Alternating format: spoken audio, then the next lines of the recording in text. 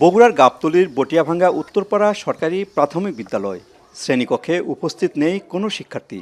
ক্লাসের পরিবেশ দেখে মনে হবে হয়তো কোনো ছুটির দিন। তবে প্রকৃত চিত্র ৩৬ বছর পুরনো এই বিদ্যালয়ে নেই কোনো শিক্ষার্থী।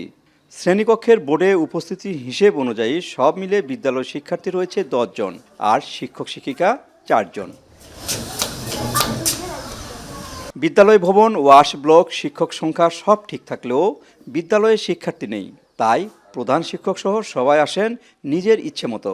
স্থানীয়ভাবে প্রভাবশালী প্রধান শিক্ষকের বিরুদ্ধে কেউ কিছু বলার সাহস না করলেও তিনি স্বীকার করেন শিক্ষার্থী সংকটের কথা। বলেন শিক্ষার্থী টানতে বিনামূল্যে খাতা কলম, পরীক্ষার ফি মওকুফ সহ স্কুল ড্রেস বানিয়ে দেওয়ার প্রতিশ্রুতি দেওয়া হলেও কাজে আসছে না কিছুই। পরীক্ষার ফি ইন টোটাল মাফ করে দিছি, পরীক্ষার কোনো ফি নিব না।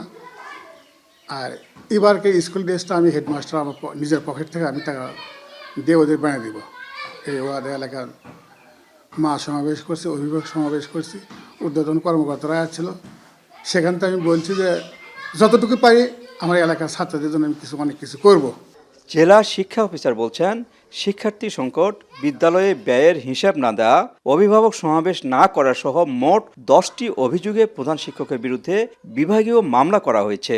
সংশ্লিষ্ট শিক্ষককে কৈফিয়ত তলব করেছি। তার জবাব পাওয়ার পর জবাব সন্তোষজনক না হয় এটা আমরা বিভাগীয় মামলার জন্য উপপরিচালক প্রাথমিক শিক্ষা রাজশাহী বিভাগ রাজশাহী মহোদয়ের নিকট প্রতিবেদন প্রেরণ করেছি। যতদূর জানি তার বিরুদ্ধে বিভাগীয় মামলা রুজু হয়েছে।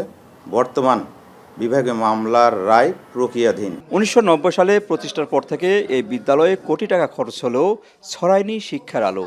শিক্ষার্থী ভর্তিতে সচেতন হয়নি বিদ্যালয় কর্তৃপক্ষ। মাজিদুর রহমান, এখন, বগুড়া। সানবিট সব দিবে সামাল। সানবিট ম্যাজিক প্রেস ডিশওয়াশিং এর মাথা ঘোরানো সলিউশন।